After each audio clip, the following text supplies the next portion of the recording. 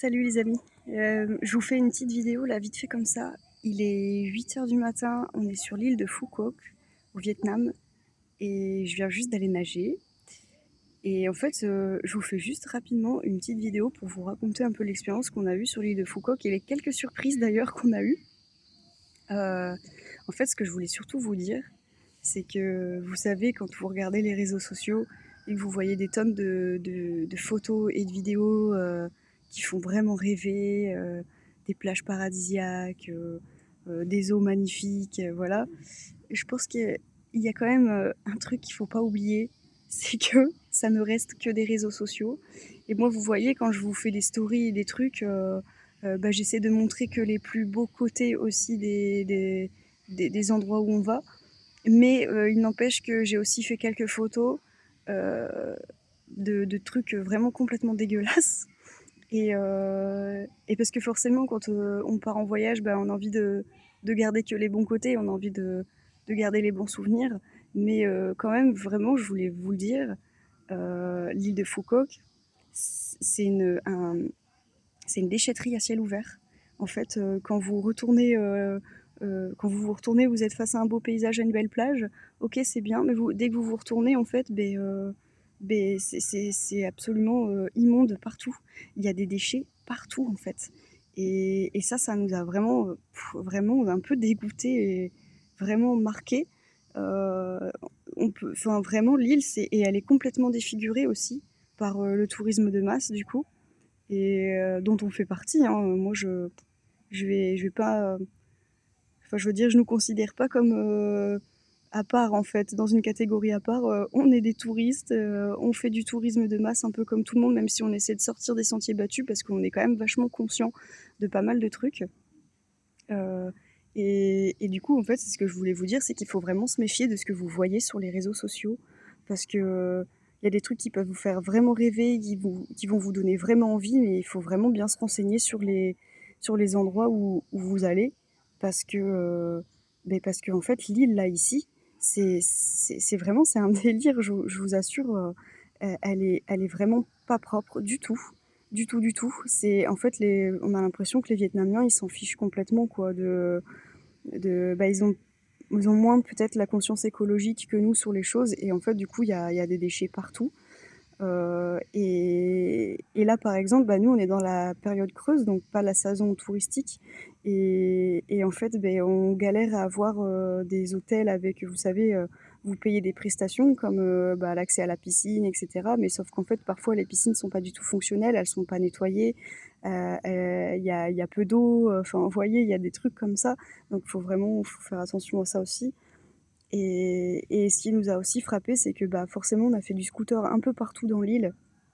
Et en fait, elle commence à être complètement défigurée par le tourisme. C'est-à-dire que les mecs, ils font du business, hein, donc ils ont compris qu'il y a beaucoup de gens qui étaient de plus en plus attirés par la destination, et parce que c'était pas cher aussi, et du coup, tout le monde vient maintenant à Phu Quoc. Et sauf qu'en fait, il y a des gens qui sont venus il y a 20-30 ans de ça, et ils disent que c'est devenu une catastrophe depuis qu'il y a l'aéroport international qui s'est installé. Et aujourd'hui, on le voit, nous, on a traversé des resorts entiers, mais des villages entiers dans des zones où ça fait vraiment flipper, quoi. Il n'y a personne. C'est des villages, on dirait que c'est à moitié abandonné parce que c'est pas bien entretenu. Et, et ça fait village fantôme, quoi, le truc. C'est vraiment trop étrange. On dirait que ça tourne même pas, en fait, où il y a des bâtiments entiers neufs qui sont construits, mais quand on voit ce qui est à côté et qui tourne pas, en fait, ça pose question, vraiment, et ça n'arrête pas de construire, ça n'arrête pas des immeubles, des barres d'immeubles vraiment horribles en plus, qui ressemblent pas à grand-chose. C'est pour ça que j'ai pas fait trop de photos ici, des quartiers, des rues, parce que y a pas grand-chose de magnifique, on va dire, à photographier. Et, euh, et le pire de tout ça, c'est qu'à un moment donné, on roulait en scooter, on passe sur le Google Maps, en gros, sur la carte GPS, c'était indiqué qu'on passait au-dessus d'une zone humide. Donc j'étais là, mais c'est bizarre. Et en fait, il y avait des panneaux sur notre droite et notre gauche. Il y avait des panneaux de travaux, vous savez, des caches-vues, quoi. Et de l'autre côté, on savait qu'il y avait des travaux en cours. Et en fait, les mecs, ils sont en train de pomper toute l'eau. Donc l'eau qui à la base était naturelle, j'imagine, tout des espèces de marécages ou quoi. Ils sont en train de tout pomper pour pouvoir fabriquer dessus, en fait, pour construire certainement encore des hôtels et compagnie. Donc je trouve que c'est une véritable catastrophe écologique ce qui se passe ici. Et, et c'est pour ça. Et nous, on le savait pas en fait, parce qu'on avait entendu parler de Phuquot, comme quoi c'était la destination des Vietnamiens. Enfin, c'est une des. Ils ont d'autres îles en fait, le long de leur côte, mais celle-ci était plus réputée que les autres. Et en fait, mais en fait, c'est une catastrophe. C'est une catastrophe. Et vraiment, même si vous avez vu des images, des photos que j'ai postées sur mes réseaux, etc., qui font rêver, qui font envie, il faut vraiment se méfier. Parce que vous savez, moi, honnêtement, quelqu'un me demanderait aujourd'hui est-ce que c'est bien? Est-ce que tu me conseillerais d'y aller? Qu'est-ce qu'il y a à faire? Ben moi, très, très, très honnêtement, hein, je lui dirais non, non, franchement, t'auras mieux ailleurs. Mais vraiment, parce que cette île, elle est. Non, mais c'est une cata. Enfin, vraiment. Nous, ça nous a un peu choqués. Et puis bon, ils sont, les Vietnamiens sont très gentils, hein, mais c'est vrai que bah, là, on remarque aussi qu'ils sont plus insistants sur les activités. Ils essaient toujours un petit peu de. Bah, c'est normal aussi, mais ils essaient un petit peu aussi de. Ils sont plus insistants, on va dire, sur les choses.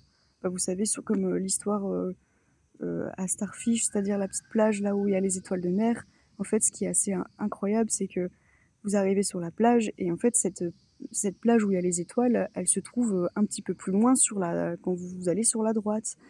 Quand vous utilisez un chemin sur votre droite et en fait, vous arrivez à cette fameuse plage, il faut juste marcher peut-être 10 minutes, un quart d'heure. Et en fait, ils vous disent tous, mais non, mais c'est pas possible, vous pouvez pas y aller par là. En fait, la nuance, elle est là, c'est qu'ils vous disent pas que c'est interdit. Ils vous disent que vous ne pouvez pas y aller par là. Et en fait, c'est un peu comme ça pour tout. Et il y a même des passages où, en fait, il y a des gardiens, il y a des espèces de plages privées, mais qui sont à moitié privées, parce qu'on a remarqué que les locaux ont ce droit de passage, mais nous, ils nous laissent pas passer. Et, et d'ailleurs, il y a un monsieur qui nous a dit, je suis étonnée qu'il vous ait pas laissé passer, surtout que là, on est en période creuse. Et parce qu'ils font, en ce moment, apparemment, ils laissent passer tout le monde un petit peu sur ces petits endroits où on peut accéder à des plages. Sauf que nous, en fait, c'est pas passé du tout. Peut-être que s'il y avait eu que taille sur le scooter, ce serait passé, mais moi, clairement, ça passe pas. Donc voilà. Et d'ailleurs, ça, c'était aussi un autre point que je voulais vous dire, c'est que vous débarquez sur une île, vous êtes trop heureux, vous avez envie d'aller voir plein de plages, plein de coins un peu secrets et tout. Et en fait, ici, c'est pas possible parce que tout est quasiment privatisé. Tous les accès aux plages, quasiment, hein, sont privés en fait. Et on vous fera payer le droit à avoir un transat aussi, des choses comme ça. Donc, et puis pas des petites sommes, enfin, c'est un peu abusé pour le prix, quoi. Donc, j'ai envie de vous dire, vous aurez mieux ailleurs. Si vous vraiment voulez faire une belle île en Asie, je pense qu'il y a clairement mieux ailleurs. Et c'est pour ça que nous, on a décidé. Moi, je comptais un peu sur l'île de Foucault pour faire du snorkeling parce que j'adore ça. Vous savez, c'est la randonnée masque tuba pour voir des poissons, des coraux et tout. Et en fait, on s'est dit qu'il y aurait mieux ailleurs. Et bah, on a décidé d'aller aux Philippines à la place pour profiter un peu de tout ça. Parce qu'ici, c'est vraiment décevant de ce côté-là aussi. Bon, après, ça, c'est la nature, hein, on n'y peut pas grand-chose. Je veux dire, il n'y a pas forcément à être déçu là-dessus plutôt. Mais, euh, mais ce que je veux dire, c'est que ouais, il faut vraiment bien se renseigner avant de choisir une destination parce que ici, c'est très particulier. Et je voulais vraiment vous le dire parce que il y a vraiment, bah, comme tous les posts qu'on voit sur Instagram et compagnie, hein, il y a vraiment le côté Instagram et le côté réalité, hein. Et je trouve que c'est pas cool de faire rêver les gens à fond. Et, euh, et alors qu'en fait, franchement, il y a des endroits, je pense qu'ils ne méritent pas trop le détour. Et très clairement, sa destination, elle en fait partie, hein. Nous, on n'est pas déçus dans le sens où on n'avait pas d'attente. On n'avait vraiment aucune attente particulière. Et c'est vrai qu'on est vraiment ici en mode plutôt farniente. On se repose vachement et ça nous fait du bien. Et on avait envie de profiter de quelques belles plages. Mais du coup, comme on avait zéro attente, on savait pas du tout à quoi ça allait ressembler, etc. Donc en fait, on n'est pas déçus. Mais, euh, mais voilà. Donc vraiment, je voulais vraiment vous le dire parce que je trouve que c'est un peu abusé de tout le temps faire rêver tout le monde. alors qu'il y a des destinations franchement qui en valent pas le coup. Voilà.